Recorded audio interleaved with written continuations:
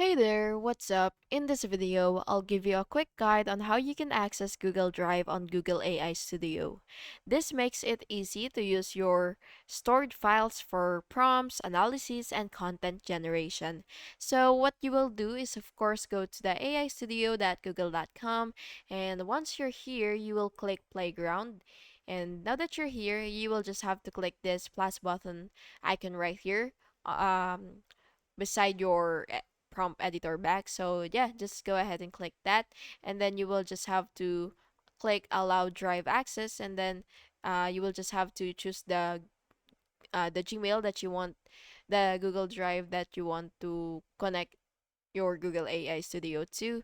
And yeah, that's basically how you can do it. And I hope you found this video helpful. And if you did, please make sure to like and subscribe for more videos like this. Thank you and have an awesome day.